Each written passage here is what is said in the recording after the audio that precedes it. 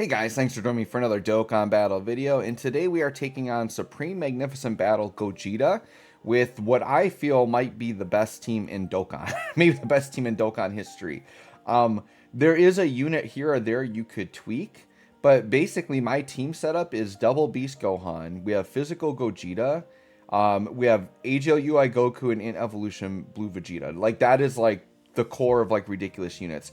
Now the last slot could be a couple things. I'm running the Super Saiyan Blue Duo, the physical EZA. They're ridiculously good. Some people might prefer Broly in that slot, and I could see justification for Orange Piccolo in that slot. But for the most part, I would say this core is about it, and then that last slot you kind of decide maybe between those units, which one's going to work best for you. The argument for Orange Piccolo, he's definitely gotten a lot weaker. He's finally like power crept in terms of defense, where he just is not a godly tank anymore, and Orange Piccolo needs to get hit to build up, which actually kind of hurts now because like early in a fight he can just get one shot against these really hard fights. But kind of the way you use Orange Piccolo now is you just kind of float him, and then you just get his giant form to basically like save you a turn later on, right? Broly is Broly. He's just ridiculous. So yeah, you can run Broly. His domain will hurt your team a little bit, but it's worth it for the amount of damage Broly's going to be putting up. So yeah, definitely you can run Broly there. And then the physical duel, I just like them for the orb changing, and they can put up a ton of attacks, a ton of damage as well. But once again, that's the one slot where I feel like you could kind of make that change. But yeah, for the most part, this is what top tier Mega Dokkan looks like right now. And we're gonna take this extremely, like, dude, this fight is really hard. I don't know. I almost find this fight a little bit harder than the Beast fight. I mean, the Beast locking really hurts, but just the length of this fight, like, it's a very lengthy fight. There's a lot of phases. This one I think has an extra phase that makes this one quite a bit difficult as well. So but once again, this team just makes it look easy because like here I'm actually floating Beast. Like, Beast is the better unit to run in slot 1, but AGL Goku and Evolution Blue Vegeta just link so well, I kind of want to just keep them as a rotation. Oh, another unit that could be in the mix on this team would be like the STR Goku. The only issue with him is you get to the point between him and AGL Goku, it's a little bit more dodge or die than I would like to have on the team, because either of those units can get killed on a big time super. So I would rather just have more units that can flat out tank, right? Although, you know, it's not like the physical duo is tanking either any better. So I guess, you know, they've got some defense or whatever. But yeah, like the big time supers, I guess they're not going to survive it either. So I guess that's kind of your pick. But what else makes this team so good? I've talked about this before, right?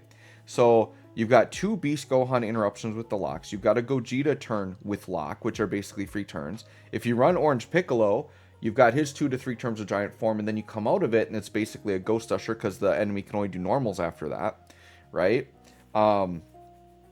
So you've just got so many things, and then on top of all that, you've got Evolution Blue Vegeta and UI Goku having a revive. So, I mean, this team has like every mechanic you can think of. What the only mechanic this team doesn't have is Scouter, but you don't really need it because the whole team can pretty much handle itself. Oh, I suppose I've got the Gammas here too, right? So the Gammas and then the Evolution Blue Duo, those are the two that maybe like some people would swap out. So once again, I think a lot of people would probably prefer Broly, so I can see the argument for Broly being here. But you can see that some iteration of this team is definitely the best team in Dokkan. I like support units. I do like the standby of the Gammas. I think they can do some good damage on that. And I think they're defensive enough. So, and I built them with dodge. Well, my Gammas are only 55%. So with what I could do, I gave them dodge. But when I get more dupes, they're definitely like a full dodge build character, I think. With some additional. You want some additionals too, because I think they get some build up on additional attacks. But, you know, here goes Beast just doing his thing.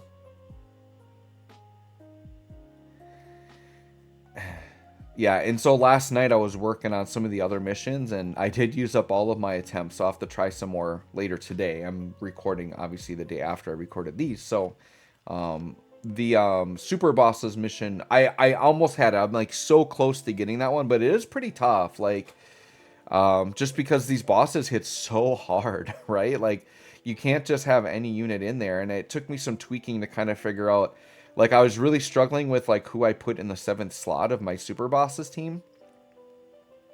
I figured in my head, I'm like, oh, AGL Zamasu should be fine. He's got damage reduction. He stacks defense. Dude, I tried featuring him and, like, stacking him, and he was still taking hundreds of thousands from normals. Like, it's insane how hard these units are. And I view AGL Zamasu as, like, a very good, competent unit, and they just made him look terrible here. So, like, AGL Zamasu was just unrunnable. So I think what I settled on was Tech LR Zamasu. In that last slot, and he seems to tank a lot better. So that's kind of what we're trying on those attempts, and I'm pretty close to getting it. So I think I should have that uploaded later this week. And then, yeah, I'm just working on getting all the missions done and recorded. But this one was kind of just like my fun run, just to like try it for the first time. I'm like, I'm just going to put out the best team I can. Of course, got it done on the first try. Not to mention, too, UI Goku and Evolution Blue Vegeta, they have these active skill attacks, which that helps push some damage through also. Yeah, you can see that really nice hit right there. And that saved us the RNG of that turn. That's kind of why I used it. So this is where, like, you get to this phase, and you're like, oh my god, I still have 2 more phases? That's kind of what makes this one difficult. He doesn't have the locking, but man, he just hits hard all the way through, and there's just so many phases to get through. Like, it does really test your team. Your team's endurance, right? And this is where, like, dodge or die can kind of be a pain, because you can only have RNG on your side so long. So that's why it's safer to have units that can actually just, like, tank, right? Or once again, you've got the beast locking.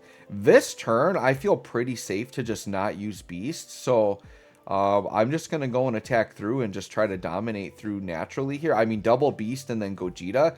Gogeta, you know, I'm just hoping he just dodges a bunch for me here. He doesn't have guaranteed dodge, but I think he's like 70% chance, so he should dodge a lot.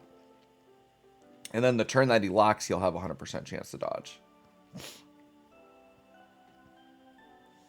But yeah, that Tech UI Goku is going to be crazy on this team, because he has the dodge counter mechanic, and he gives allies higher dodge. Like, he's crazy.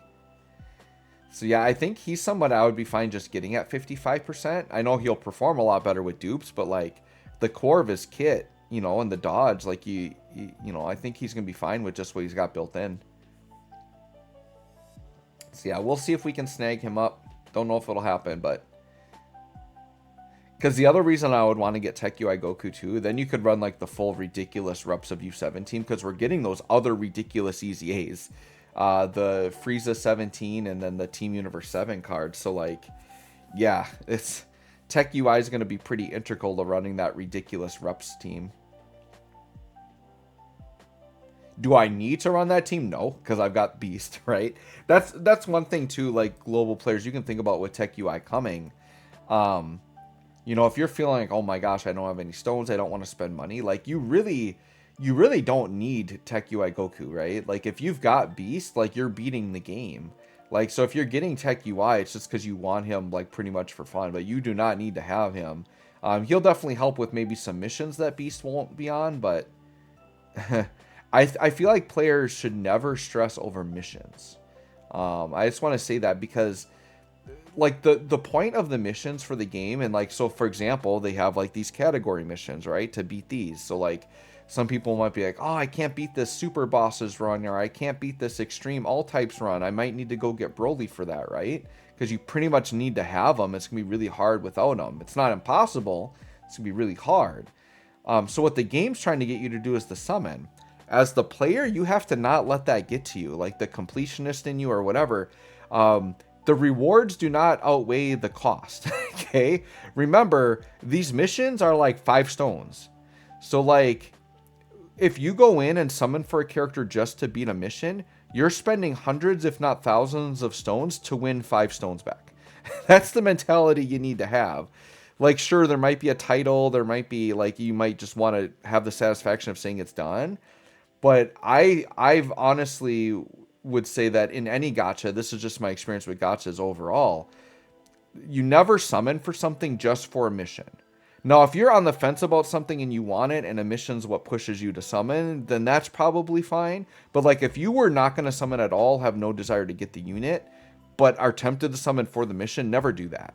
That's so pointless because, I mean, the math is simple, right? Spend 500 stones for 5 stones. That doesn't really add up, right? So just keep that in mind. You're going to essentially win or save more stones by not caving in and summoning for the unit than you would from the mission. And some of the missions, or a lot of the missions, aren't time gated. You can do them later on. So that's my little tip there for players that are going to be struggling on stones when Tech UI drops. Just keep in mind, you don't need them.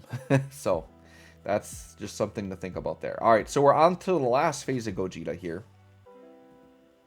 Now, the thing that makes this guy nasty, I'm pretty sure he can multi-super in a turn, which is crazy because he's like a 3 million attack super unit. Just ridiculous.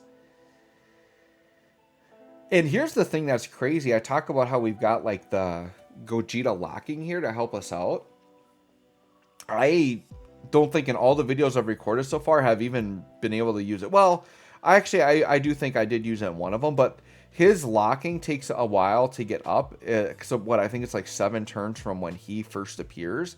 So what happens a lot of the time is I usually finish the fight between the two beasts before I get the Gogeta lockup, or I get the Gogeta lockup, but Beast still has a lock, and I usually prefer to use Beast lock. But yeah, so like this team is so overstacked that I typically don't even have to use Gogeta's locking, but it's there, right? It's nice to have it. And the other nice thing about, I think I talked about this before, but when you got units like Beast that have the locking mechanic, it allows you to run units that normally wouldn't be runnable because you have ways to reliably protect them.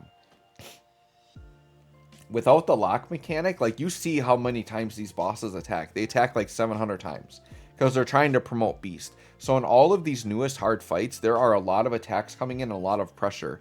Right here, I've got Beast lock, but I also have the revive, so I don't need to use the Beast lock here.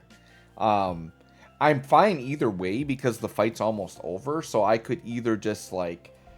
I mean, the safe bet would be to not use the lock because I know I've got the revive to back me, and then I can just use the lock coming out of it if I need to. But yeah, this Gogeta's about dead here. So I did use the lock. And then I realized I had the revive. I didn't notice until after I used the lock. I might have soft reset. No, I just kept it. Because I was gonna, there was a part of me I was tempted to soft reset. Because I'm like, but like, and they've got the group attack too. So I guess we got double protection. Because the revive will protect in case the group attack catches somebody. But I think everybody here is tanking just fine. Even the group attack. Even if UI gets hit with it, he's fine. But he dodges. The thing that's sneaky good about AGL UI, I didn't realize it until I just used him after his EZA, but it used to be that every time he dodged, he got 1 key. Well, he gets 2 key now every time he dodges, so his key builds up crazy. And I wasn't paying attention if it was this video or like another one I'm going to put out, but there was a turn where I had really bad key, and Goku basically was at like 12 or 13 key, like barely even just got a super. And he dodged out into almost a 24 key super. It was crazy. By getting 2 key per dodge, like it was crazy. It built up fast. So anyways, guys, there you go. Best team in the game makes it look pretty effortless right there. Let me know what you all think. Thanks for watching. We'll catch y'all on the next one.